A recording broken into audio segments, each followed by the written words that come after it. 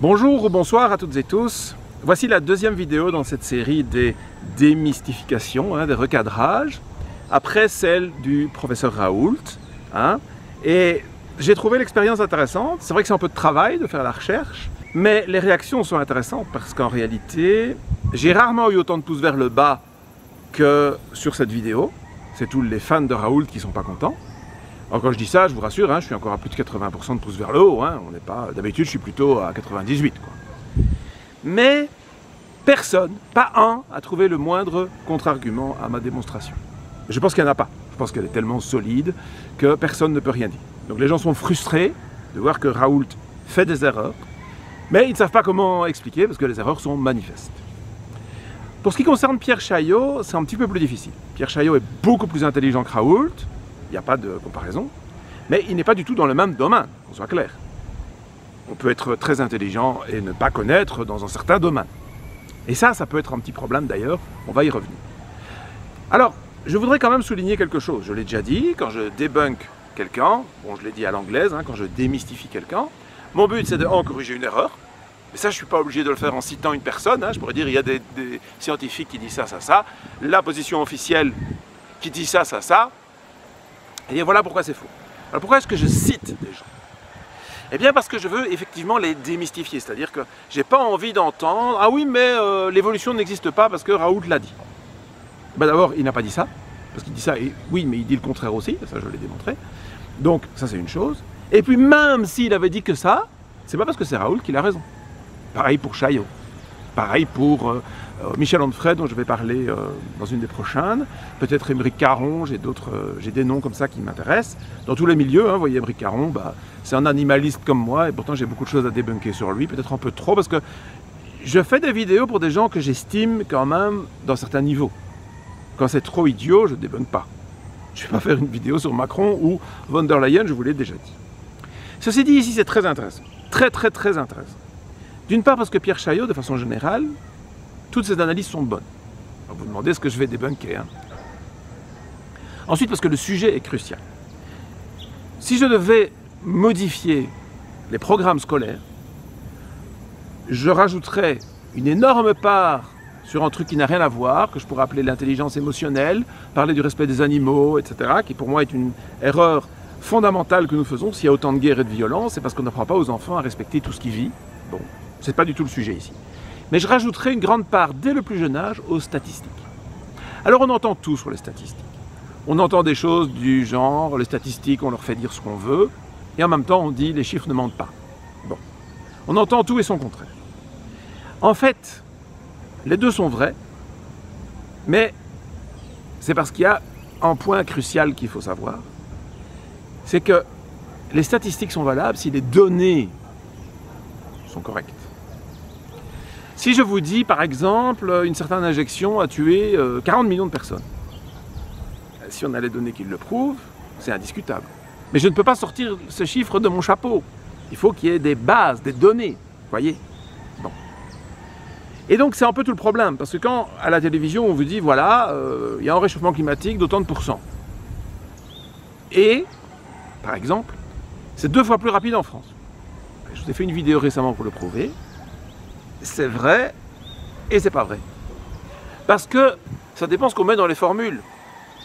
Les formules sont justes, elles vous donnent une image de la réalité, à condition qu'on ait mis dans les formules des données valables. Or, la France se réchauffe 2 fois plus vite que la moyenne mondiale, oui, mais comme tous les pays du monde en fait. Parce que tous les pays, toute la terre émergée se réchauffe 2 fois plus vite que la moyenne, qui est aussi, évidemment, basée sur la température des océans, qui couvre 2/3 de la planète. Et là, comme par hasard, dans ce genre de déclaration alarmiste, on ne vous le dit pas. Voilà. Donc vous voyez comment est-ce que les chiffres, c'est la réalité, si ce sont les bons chiffres, mais en même temps on peut aussi les manipuler. Donc il faut un peu de nuance, comme d'habitude. Dans la nature, on ne peut rien comprendre si on ne travaille pas sur les statistiques. Vous devriez lire mon livre sur l'intelligence des oiseaux, et vous allez voir que l'intelligence des comportements ne tient la route que sur un échantillon statistique. Un exemple qui montre un petit peu ce que je veux dire, c'est il y a 15-20 ans, j'avais un site internet qui s'appelait Le Monde de l'Ornithologie et j'avais fait un article pour expliquer que je ne croyais pas du tout les annonces alarmistes des ornithologues bruxellois comme quoi les perruches à collier, qui est une espèce introduite d'origine indienne, enfin la sous-espèce, parce qu'elle est aussi en Afrique, mais qui est en Belgique et d'origine indienne, donc qui a été introduite artificiellement, hein, on a ouvert des cages, enfin bon, je ne vais pas raconter toute l'histoire ici, hein, on n'a pas le temps. Elle s'est introduite à Bruxelles, la population augmente, et elle utilise des trous dans les arbres pour se reproduire. Et donc les ornithologues ont dit tous, hein, vraiment, j'ai quasiment pas entendu d'exception, peut-être Paul Gailly, qui était mon collègue à l'époque, lui je pense qu'il n'a pas dit ça, mais c'est à peu près le seul que j'ai en tête. Tout le monde disait le pic vert, qui est déjà peu commun à Bruxelles, et la citelle torchepeau, qui vit aussi dans des trous, dans des trucs creusés par des pics, verts et pêche, etc., vont souffrir parce que les perruches vont les chasser, elles sont beaucoup plus puissantes, elles vont utiliser les trous, et ces oiseaux ne pourront plus nicher, ils vont disparaître de la région bruxelloise. Et moi j'ai dit c'est faux. Résultat, en 2025, la population de pics verts et la population de citelles se portent bien, et elles sont même en augmentation, alors qu'il y a environ 25 000 perruches à collier. Pourquoi? Parce que les gens réagissent de façon trop individualiste, à trop petite échelle. Ils voient un trou, un pic, une perruche qui arrive qui le chasse, il y a un pic de moins dans cet arbre, manifestement, et donc la population diminue. Mais c'est pas comme ça les statistiques, ça marche pas du tout. Et je l'ai déjà fait avec les prédateurs, je ne vais pas le refaire ici, les prédateurs ne font pas diminuer leur proie, etc. Je fais tout dans l'article, vous pouvez aller lire. Bon, en santé c'est particulièrement vrai. Et d'ailleurs, je vous invite à aller voir une vidéo que j'ai faite en 2021, à l'époque où c'était très difficile de parler de ça, j'ai dû utiliser des mots détournés parce qu'on ne pouvait pas utiliser le mot v, que je ne vais pas répéter ici, même si Pierre Chaillot le dit dans mes extraits. Je vais être prudent, mais à l'époque ça aurait été censuré tout de suite. Allez voir, c'est ce que j'expliquais. La question cruciale de savoir si une injection est utile ou pas pour la santé, c'est on prend une population, 20 000 personnes, pour dire quelque chose, tout âge, etc. Hein, on les injecte, 20 000 personnes, tout âge, etc. On ne les injecte pas, et on compare qui est le plus souvent malade. Vous allez dire, c'est facile. Oui, mais ça n'a jamais été fait. Jamais. Ah oui, on le fait sur une maladie. Ben oui, mais si on a un petit peu moins d'une maladie, mais qu'on a 10 fois plus de toutes les autres, c'est pas bénéfique. Et ça, il n'y a personne qui vous le dit. Voilà. Vous voyez? Donc, on peut jouer avec les données, même si les données sont justes, parce qu'elles sont partielles, par exemple. Et donc, il faut être attentif. Donc, les statistiques, c'est hyper important, hyper utile. On ne peut comprendre la nature qu'à travers les statistiques, en tout cas intellectuellement, après il y a d'autres choses peut-être, mais je ne vais pas faire en cours ici de philosophie. Mais si on regarde de façon intellectuelle, scientifique, on ne peut comprendre la nature qu'à travers des statistiques. Sans statistiques, on ne comprend rien. Mais il faut être prudent parce que les statistiques, même si on utilise des bonnes données, ce n'est pas toujours le cas. Donc si on triche sur les données, forcément les résultats sont faux. Mais même avec les bonnes données, si on ne prend pas toutes les bonnes données, si on choisit les données, vous voyez ce que je veux dire, même si elles sont bonnes, ben on a des résultats qui donnent l'impression d'une conclusion qui n'est pas la réalité. C'est pour ça que je trouve qu'on devrait donner très jeune des cours de statistiques, sans parler des formules et tout ça, mais le concept, montrer des exemples, comme je le dis, avec les prédateurs, les proies, les écosystèmes, etc. Comme ça, les gens verraient les manipulations. Et Pierre Chaillot est un statisticien, et il a montré les manipulations de façon parfaite. Vraiment, hein, je le trouve génial. Alors vous allez vous demander pourquoi je veux absolument le débunker, vous allez voir, c'est très très important ce que je suis en train de faire. Ce sera une vidéo un peu plus longue que ce que j'espérais dans cette série. On verra, hein, c'était un nouveau concept, ce sera peut-être plus difficile que ce que je croyais. J'ai travaillé vraiment beaucoup, c'est-à-dire que j'ai pas pris beaucoup de temps parce que j'ai beaucoup d'autres choses à faire, mais j'ai des milliers de photos à trier, à préparer, j'ai publié beaucoup de pages ce mois-ci. Et en faisant ça, j'ai écouté à peu près tout ce que Pierre Chaillot a dit depuis des années. Hein, je le connais par cœur, je connais ses réponses par cœur. Et je comprends vraiment très très bien pourquoi il y a des gens qui tirent des conclusions tout à fait erronées de ces propos. Et je crains malheureusement que ce soit en partie volontaire, qu'il y ait un côté manipulatoire dans ces propos. Et c'est ça que je veux pointer.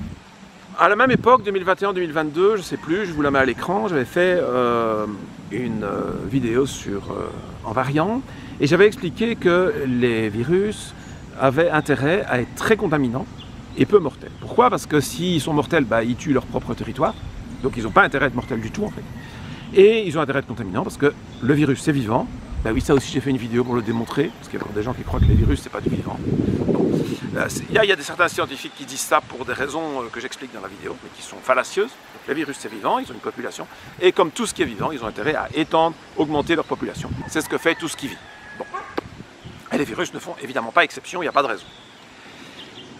Et j'ai dit aussi, si on met des barrières, des injections c'est des barrières, qui empêchent le virus de faire son travail normal, eh bien on risque de provoquer plus de mortalité, parce qu'au lieu de se concentrer sur ces mutations qui diminuent la mortalité, il va se concentrer sur les mutations qui évitent la barrière, et donc il ne va pas pouvoir diminuer aussi rapidement sa mortalité. Donc, autrement dit, on injecte, on provoque des cas. Ce que j'appelle des cas, ce ne sont pas des tests positifs, ce sont des gens malades. C'est aussi très important de bien voir la différence. On vous a parlé de malades asymptomatiques, hein, c'est tout à fait oxymorique. Mais bon, ça, vous verrez dans les extraits, Pierre Chaillot dit ça très très bien, il démontre ça très très bien. Donc, je m'attendais à que, avec les injections, il y ait une augmentation de la mortalité. Évidemment, les chiffres officiels vous disent le contraire, mais Pierre Chaillot montre pourquoi, comment ils ont triché. Toutefois, il faut bien, c'est très important ce que je dis là, il faut bien faire la distinction entre, voilà, les chiffres sont erronés pour ça, ou les données sont erronées, ou les données sont bonnes, mais elles ont mal été utilisées dans les formules. Je vais vous donner l'exemple tout de suite. Et tirer une conclusion. Tirer une conclusion n'est pas nécessairement le travail des statisticiens. Bon, alors comment est-ce qu'ils ont fait? Pierre Chaillot le répétera, mais je vais le dire ici très vite parce que je l'avais déjà dénoncé, je ne sais plus dans quelle vidéo, donc je ne vais pas vous les mettre à l'écran, mais je l'ai dit plusieurs fois. C'est que, étant donné qu'on estime que l'injection a un effet qu'après un certain nombre de jours, moi j'avais en tête entre 2 et 3 semaines selon les pays, Pierre Chaillot dit en mois, je ne sais plus, c'est possible qu'il ait raison. Eh bien, dans les formules, pour faire les statistiques d'efficacité, on considère une personne non vaccinée quand elle n'a pas reçu l'injection, ou bien quand elle l'a reçue, mais moins de en mois ou 3 semaines. Bon, ça c'est, vous irez vérifier par vous-même. Moi j'avais 3 semaines en tête. Bon. À l'époque j'avais fait des captures écran pour le montrer, hein, ne vous inquiétez pas. Voilà. Donc quand une personne tombe malade 15 jours ou 3 semaines, 20 jours en tout cas, après avoir reçu l'injection, eh bien on dit voilà, c'est en non injecté qui est tombé malade. Maintenant, si c'est l'injection qui provoque la maladie, ben, ça n'apparaît forcément pas dans les statistiques puisqu'on dit qu'il n'est pas injecté. Vous voyez? Donc, ces tout petits détails changent absolument tout. Entre une injection qui provoque la maladie et une injection qui protège de la maladie. Et ça, comme Pierre Chaillot utilise les chiffres officiels, de l'INSEE en France, etc., ces démonstrations sont inattaquables. Je vous donne quelques extraits, et puis je vais m'arrêter sur un détail très important, c'est comment est-ce qu'il fait pour que vous tiriez une conclusion sans que lui le dise. Et si vous faites le bilan des pays qui ont des morts pendant cette période de grande pandémie, je vais vous montrer, voilà. En rouge, ce sont les pays européens qui ont des morts en mars-avril 2020, qui sont là, ils sont 9. Tous les autres pays européens, il n'y a rien. Donc quand on vous fait le coup de la pandémie mondiale, c'est bidon. Il n'y a rien. Si vous descendez un peu plus en France, pareil, vous voyez votre pic français là de décès en mars-avril 2020, vous tapez sur Internet, INSEE, tout ça.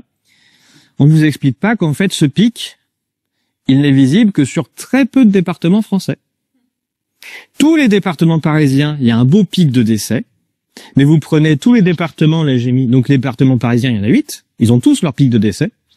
Et vous avez les départements, par exemple, Nouvelle-Aquitaine, vous avez 12 départements, rien. Pas une trace. Donc voilà, vous avez un virus qui choisit seulement certains pays, et puis aussi certains départements, parce qu'autant la Tour Eiffel c'est sympa, autant Nouvelle-Aquitaine on se fait chier, en plus en mars, il n'y a rien à faire.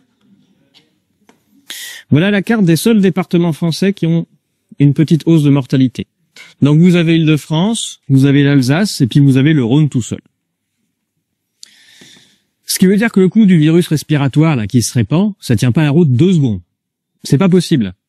Vous pouvez pas avoir un prétendu virus qui se déclenche à la fois partout en même temps, mais seulement sur certains territoires cibles, au hasard les territoires les plus proches du gouvernement. Bon.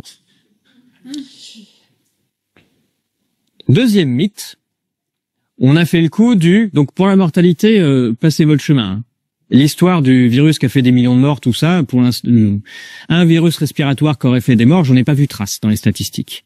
Ni en France, ni en Europe, et même vous pouvez aller sur un site qui s'appelle Statista, et vous pouvez voir qu'il y a un petit pays pas très connu qui s'appelle la Chine, qui n'a absolument aucune hausse de mortalité en 2020.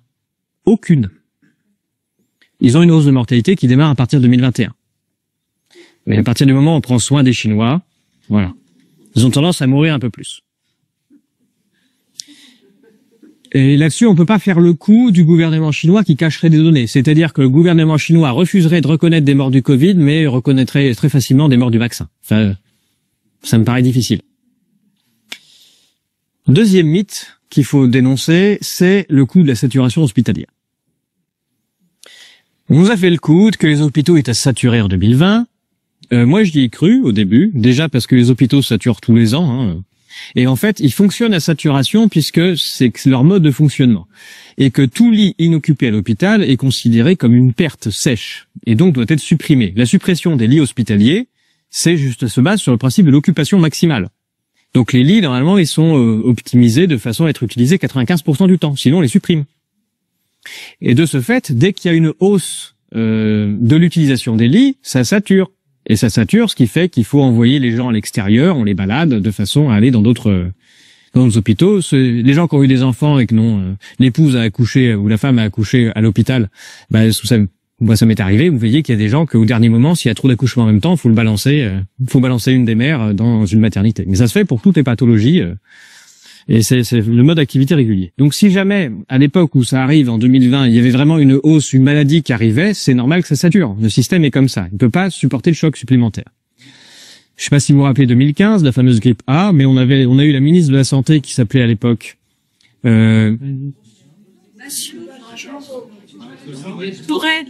Marisol Touraine.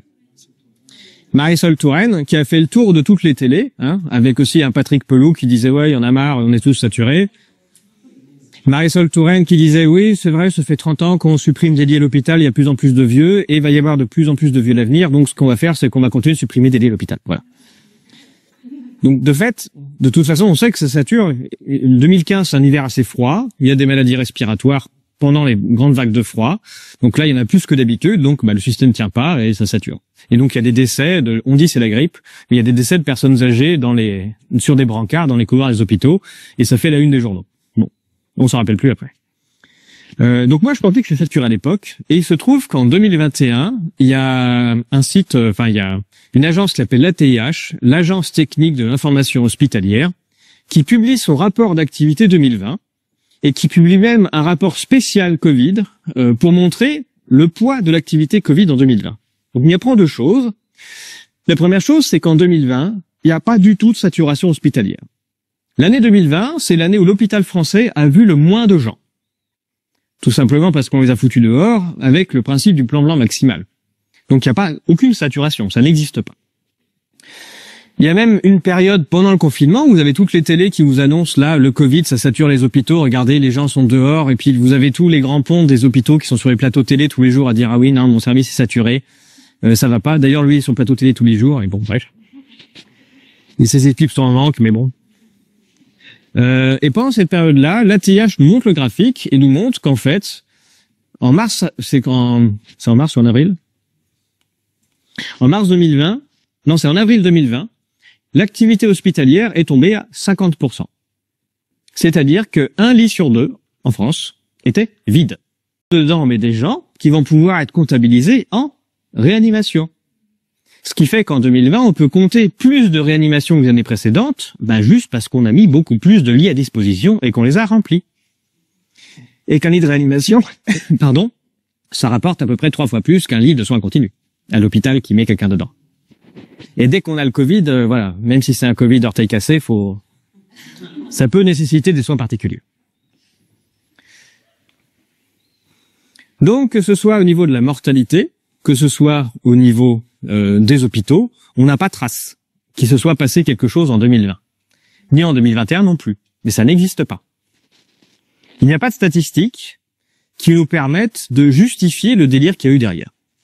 Vous pouvez aussi utiliser le réseau Sentinelle si vous voulez. Le réseau Sentinelle, parmi les médecins, il y en a qui font partie du réseau Sentinelle, et quand ils voient des malades, ils font une déclaration au réseau pour dire, tiens, lui, c'est la grippe, lui, c'est machin. Et quand il y a un grand nombre de médecins qui arrivent, qui disent le diagnostic, ça permet de faire des courbes qui montent et ça fait ce qu'on appelle des vagues épidémiques. Bon. Jusqu'en 2020, les médecins ramenaient tous les ans les malades de l'hiver qu'ils appelaient les états grippaux. Voilà. Donc ça s'appelle même pas la grippe, ça s'appelle les états grippaux. Et en 2020, ils se sont dit c'est une connerie ce qu'on fait depuis 30 ans. Voilà. On va pas appeler ça des états grippaux, on va dire que ce sont des syndromes respiratoires. Voilà, un syndrome respiratoire aigu, voilà. C'est ça qu'il faut mettre. Et ensuite, après, on va décider si c'est la grippe ou le Covid. Donc, vous voyez la grippe de 2019-2020 qui monte, là. Et puis là, il y a, à partir de mars, on se dit, non, mais voilà, c'est pas la grippe, maintenant c'est le Covid. Et vous voyez la courbe qui, normalement, fait une belle bosse, qui va faire un créneau, hop, qui va se garer, et qui laisse la place au Covid. Donc, il y a un trou, vous allez sur Sentinelle, vous tapez syndrome respiratoire, vous mettez grippe, et vous voyez, tous les ans, il y a un pic de grippe déclarée par les médecins. Puis vous voyez 2020, voilà, la disparition complète. La grippe, c'est sympa, ça laisse sa place au Covid d'arriver. Voilà. Voilà. Donc tout ce que dit Pierre Chaillot est correct. Vous pouvez vérifier par vous-même si vous voulez, toutes les données, tout est expliqué dans son livre, les sources, tout est parfait. Mais, il vous dit, chaque hiver, il y a des pics de grippe, et puis ça fait une courbe naturelle, hein, ça monte, et puis ça fait en arrondi, ça redescend. Ça. Je ne sais plus si c'est une courbe de Gauss ou l'équivalent, peu importe. Et ça, c'est chaque hiver. Bon, très bien. Et puis cette fois-là, on a la courbe, et puis poum, ça tombe direct. Et on a le fameux virus 19. Mais il ne dit pas pourquoi. Vous avez bien écouté, il n'a pas dit les gens ont fait exprès de considérer en cas de grippe, en cas 19. Non, non, non, non, non. Il n'y a rien de tout ça dans ce qu'il dit. Par contre, il vous dit, ah oui, mais quand on avait en cas de 19, on a plus de sous-sous, les hôpitaux, les infrastructures hospitalières, etc. Donc tout le monde conclut ça. Et pourquoi vous le concluez? Parce que ces chiffres sont justes et il vous le laisse sous-entendre. Il ne vous donne pas une autre explication. N'est-ce pas? Donc vous avez entendu ça, et vous vous dites, bah oui, c'est logique. La grippe disparaît, il y a un autre virus qui prend la place. Forcément, la grippe n'a pas disparu comme ça, ils ont triché. Eh ben non, pas forcément. Pas forcément parce que Pierre Chaillot est un statisticien et pas un virologue.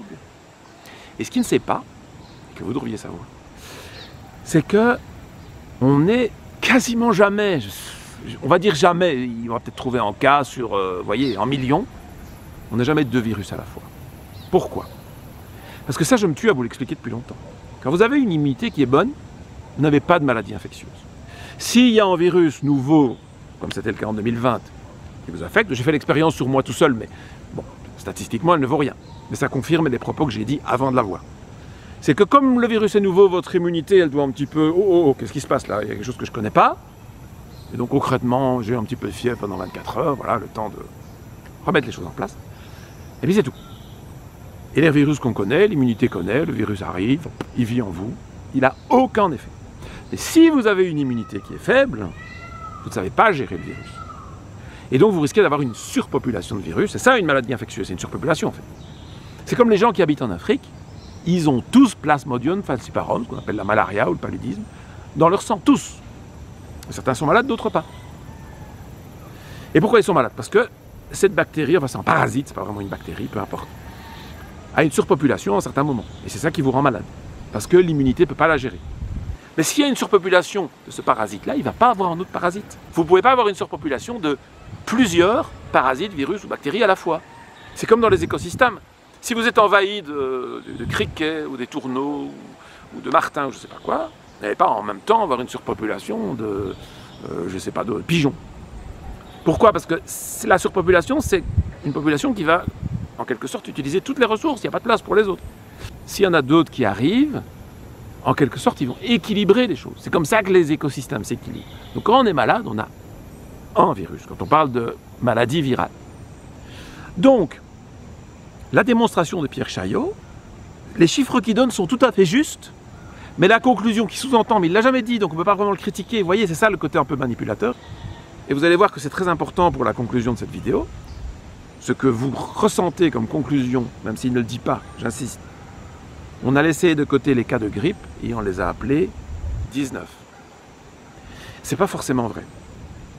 Il se peut que le nouveau virus ait remplacé l'ancien. Tout à fait. C'est tout à fait possible.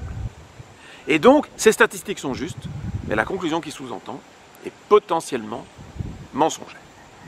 Est-ce que c'est si important à ce stade-ci? ce cas-là, non. Mais voyons voir plus loin. Je vous donne un deuxième extrait. Encore une fois, il dit des choses fabuleuses jusqu'à la fin. Mais, vous allez voir.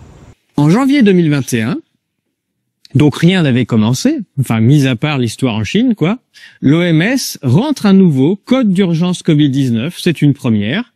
C'est-à-dire que dès ce moment-là, l'OMS a décidé qu'il y aurait une pandémie mondiale et que ça valait le coup de rentrer un beau petit code pour tous les hôpitaux.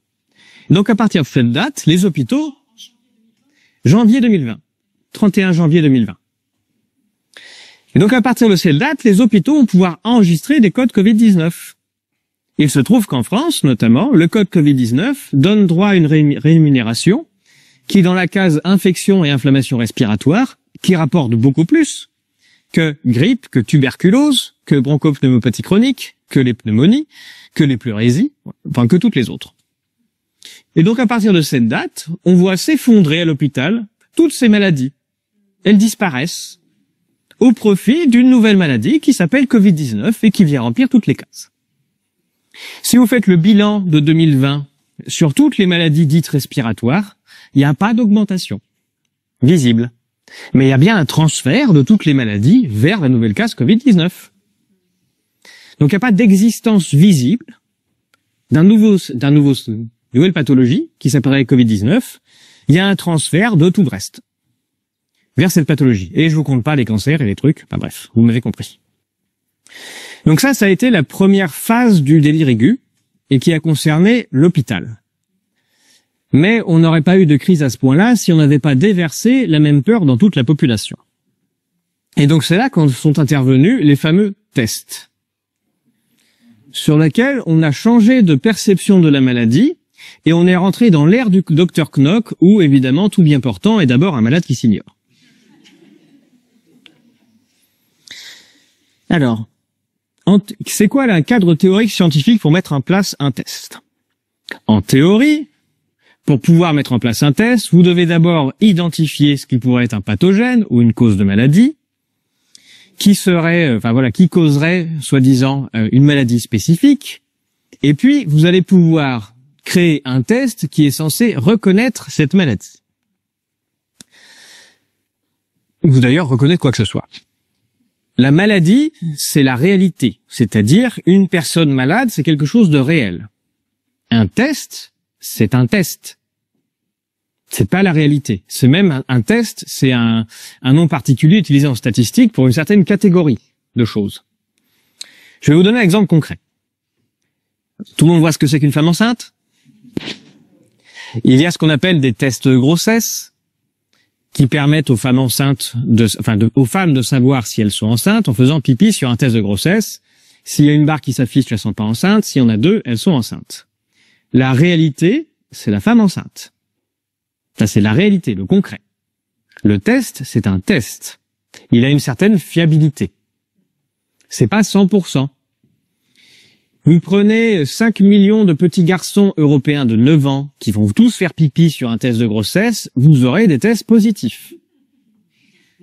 Il y en aura pas beaucoup, mais il y en aura. Vous faites quoi d'un petit garçon de 9 ans qui vous regarde avec un test de grossesse positif?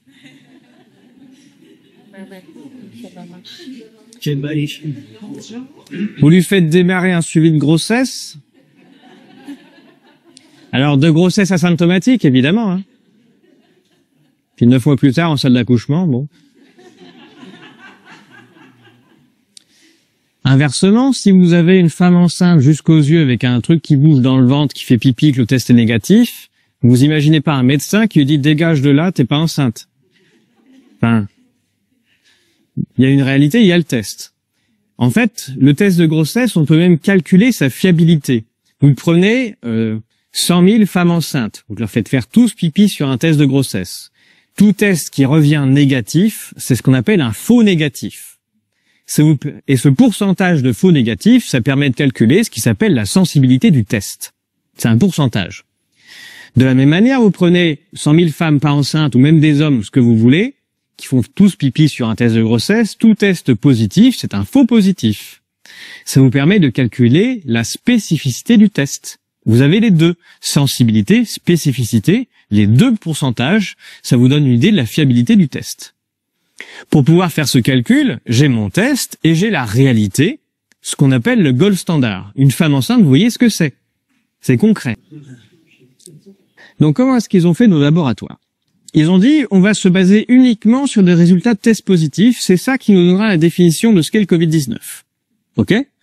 Donc on va prendre 20 000 personnes qu'on va vacciner, 20 000 qu'on ne va pas vacciner, et donc il va falloir les tester pour savoir qui a le Covid-19. Mettons-nous à la place des laboratoires. Nous faisons une étude sans biais. Qu'est-ce que je dois faire pour être sûr que mon vaccin marche? C'est-à-dire qu'il y aura moins de tests positifs chez les vaccinés. Qu'est-ce que je dois faire? Supprimer ce qui fait que le test reste positif. Non, mais si jamais je suis honnête et que je veux faire une vérification honnête, que dois-je faire? Exactement. Je teste tout le monde. Quand? Tout le temps. Tout le temps. En tout cas, je dois mettre en place un protocole qui va tester les deux groupes le même nombre de fois dans le temps. Ce protocole n'a jamais été mis en place par aucun laboratoire. Nous ne connaissons pas le nombre de fois que les deux groupes ont été testés.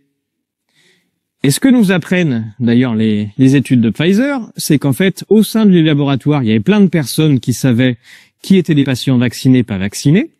Et la manière dont ils les testaient, c'est un patient appelle, dit « Oh là là, je me sens pas très bien ». Et là, on disait « Je vous rappelle, venez vous tester ». Si tout le monde sait qui est vacciné, qui est pas vacciné, on a un vacciné qui appelle, qui dit « Allô, je me sens pas bien », on dit « Non, c'est bon, ça va passer, restez chez vous ». On a un non vacciné qui appelle, on dit « Oui, venez, on va vous tester, même 2 fois ». Voilà.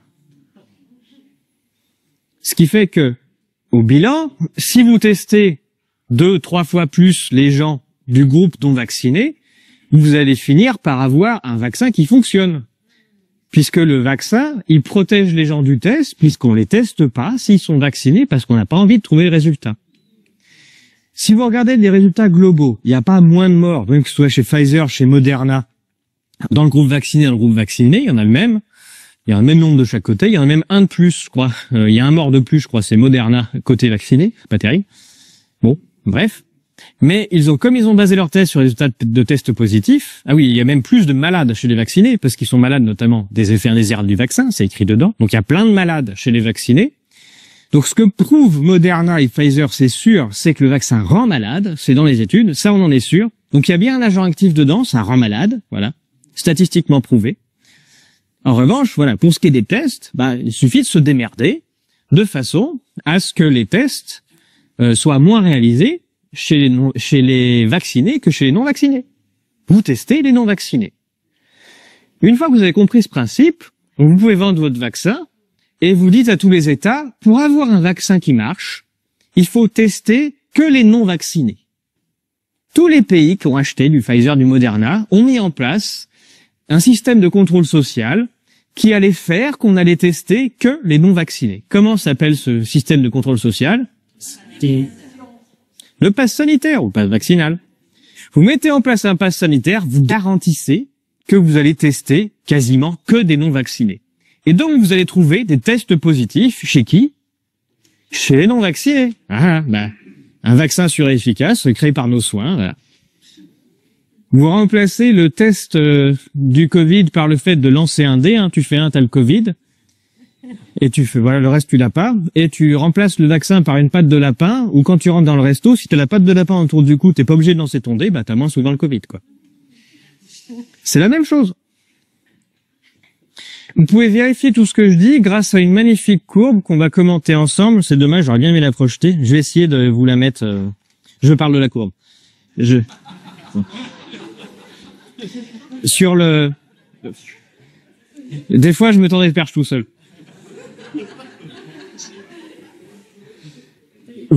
Si vous êtes dans le fond, vous tapez sur votre smartphone. Ah oui, non, on a dit silencieux. Non, mais mettez en silencieux, mais mettez quand même la data. Et vous tapez sur votre smartphone VaxImpact. V-A-X-I-M-P-A-C-T.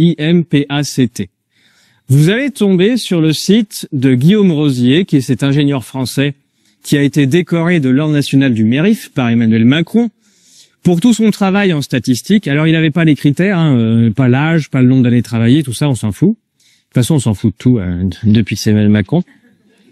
Malgré tout, il y a eu l'Ordre du mérite. Mais sur son site, donc il y a le site VaxImpact et il y a le site VitMaDose aussi, pour lequel il a été décoré. Mais sur VaccinPart, il y a cette courbe, voilà, que vous pouvez découvrir. Et alors celle-là, elle est magnifique parce qu'en une seule courbe, Guillaume Rosier, il nous démontre l'escroquerie du test et des vaccins en une seule courbe. Et ça me mérite vraiment la médaille de l'ordre du mérite. Enfin, vraiment. Je lui ai écrit, je lui ai dit, franchement, cette courbe-là, je m'en sers tous les jours. C'est magnifique, il y a tout dedans. Voilà. En fait, dans tous les pays où on a des données et toutes les tranches d'âge, on peut vérifier que à la suite d'une vaccination de masse Covid-19, il y a une hausse de mortalité de manière quasi immédiate.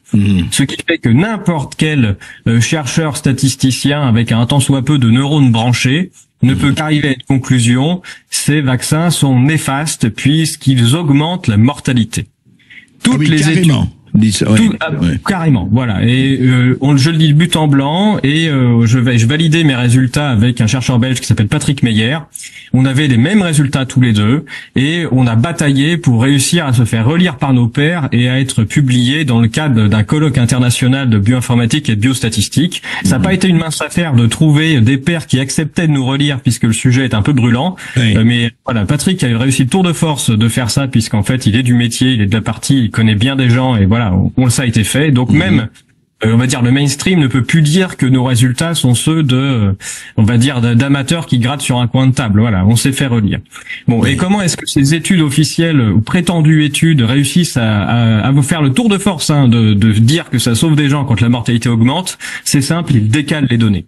Voilà, c'est-à-dire qu'il y a une mortalité qui augmente juste après la vaccination, et toutes ces études-là décalent les données de 3 semaines à 1 mois, en utilisant l'excuse que ces vaccins ne sont efficaces qu'au bout de 1 mois, et donc il faut décaler la date de vaccination jusqu'à ce que les vaccins soient efficaces. Et j'ai un scoop: au bout de 1 mois après la vaccination, la mortalité redescend. Voilà, donc la mortalité post-vaccination redescend, ce qui fait que ces études attribuent la redescente de la mortalité à la bonne qualité des vaccins. Et c'est ça qu'elles font toutes. Voilà. Donc c'est cette escroquerie de décalage des dates c'est gros comme une maison, c'est énorme, et c'est ça qu'elles font de façon à ne refuser de voir que la vaccination augmente la mortalité partout. Vous voulez dire, elles décalent systématiquement tous les résultats, quoi, c'est ça? Tout à fait. Ouais. Elle décale les dates de vaccination de 30 jours, sous l'excuse que les vaccins sont efficaces au bout de 30 jours, ce qui permet d'attribuer la baisse de la mortalité à l'efficacité vaccinale, alors qu'il y a bien une hausse de mortalité juste après la vaccination. Ouais. Ce que moi je croyais au départ, c'est-à-dire qu'on avait démontré de manière ferme qu'il y avait bien une maladie qui se propageait d'humain à humain. Et donc j'ai pendant longtemps essayé de construire des modèles statistiques qui permettaient de modéliser la propagation épidémique, c'est comment est-ce que les gens se rendaient malades les uns les autres. Ça, c'est complètement faux, il n'y a rien qui marche. Il n'y a pas la moindre trace que ça se passe comme ça. Et donc, la seule conclusion qui s'offre à nous, c'est que cette théorie est fausse. Et que quand on voit des gens qui tombent malades de manière statistique, c'est pas du tout à cause de quelqu'un qui les aurait rendus malades, c'est parce qu'il y a quelque chose, un phénomène environnemental, un empoisonnement, une toxine, un stress, quelque chose qui les rend malades. Et que tout c'est important ce que tu dis. Tu tombes dans la théorie, finalement, la contagion virale, ça n'existe pas. Il n'y a pas de trace statistique que ça existe. J'ai pas le droit de dire que ça n'existe pas. Non, je comprends. Peut-être que ça existe, mais si ça existe, ça ne laisse aucune trace statistique, et donc c'est un non-phénomène. Vous voyez, il dit pas les virus ne contaminent pas. Encore moins, les virus n'existent pas. Mais il dit que le concept de contagion par les virus est réfuté par les statistiques qu'il observe. C'est ça qu'il dit. Et ce qu'on voit, c'est qu'on voit beaucoup de gens qui concluent, en citant Pierre Chaillot, il y en a plein. J'ai fait une vidéo pour parler de ça, pour rappeler que les virus ça existe. C'est un peu. Je ne pensais pas qu'un jour je ferais une vidéo pour rappeler que la Terre n'est pas plate, vous voyez ce que je veux dire. Mais voilà, c'est un peu le même genre. Mais je l'ai quand même fait. Parce que bon, il y a quand même quelques bases à rappeler. J'ai fait une vidéo pour dire qu'ils sont vivants et aussi qu'ils existent. Et pourtant, les gens me disent oui, non, écoute Pierre Chaillot. Est-ce que Pierre Chaillot dit les virus n'existent pas? Jamais. Alors si vous m'en trouvez, je vous l'ai demandé quand j'ai fait cette vidéo. J'ai écouté vraiment, j'ai tapé Pierre Chaillot en vidéo, article et tout, j'ai fait des recherches, j'ai utilisé l'intelligence artificielle, j'ai tout fait. Il ne dit jamais. Et pourtant, des milliers de personnes, littéralement, le prennent comme un gourou, disent les virus n'existent pas, parce que Pierre Chaillot l'a démontré. Alors, il y a cette histoire, on l'a jamais isolé le virus. Bon, c'est tellement ridicule cet argument, vous irez voir ma vidéo, j'en ai déjà parlé. Mais cette histoire qui vous dit, regardez, les statistiques ne correspondent pas. Bah oui, c'est un petit peu comme l'histoire de la grippe qui monte et qui disparaît brutalement, et que c'est un autre virus qui prend la relève, qui paraît être une manipulation, mais qui ne l'est pas forcément. Est-ce que les patterns de contagion que l'on voit dans les statistiques contredisent la théorie des labos pharmaceutiques sur la manière dont se répandent les virus et de façon générale les maladies infectieuses? Bah, Pierre Chaillot a raison. Les statistiques montrent qu'on nous ment. Mais ça ne prouve ni qu'il n'y a pas de contagion, ni que les virus n'existent pas. Voyez? Donc, ce que devrait faire Pierre Chaillot, et si jamais il écoute sa vidéo, ou un de ses fans qui lui transmet, je veux bien débattre avec lui. Il est très très très bon en statistique. Rien à dire. Je n'ai trouvé aucune faute, vraiment, hein. Je suis sérieux. Mais montrer que des chiffres sont faux, ou montrer en pattern, comme celui d'une augmentation et d'une diminution de virus, qui ne correspond pas à la situation attendue, c'est très bien. Il faut le dire, il faut le montrer, il faut le publier, il faut le partager. Mais vous ne pouvez pas tirer les conclusions n'importe comment, surtout si vous n'êtes pas expert du domaine en question. Parce que la conclusion, elle ne dépend plus des statistiques, elle dépend de la virologie. Voyez la nuance. Donc, les statistiques montrent que les théories qu'on vous donne sur les maladies contagieuses, en particulier les maladies virales, montrent que, donc, on vous ment. On vous ment tellement, hein, dans l'habitude. Qu'est-ce que ça prouve? Ben, c'est que ça prouve qu'il faut voir les choses autrement. Ça ne veut pas dire que rien n'est vrai. Et ça, vraiment, je pense même que je devrais en faire une liste, vous savez. Je pourrais balancer sur Internet de temps en temps. En général, quand on vous ment, c'est-à-dire le pouvoir et les médias qui sont tout à fait complices du pouvoir, hein, on prend une réalité pour vous imposer des décisions mauvaises. Mais on n'invente pas une réalité. Est-ce que on a inventé le conflit en Ukraine pour justifier toutes les armes, par exemple, qu'on a envoyées, les sanctions anti-russes? Non. On n'a pas inventé le conflit, il existe.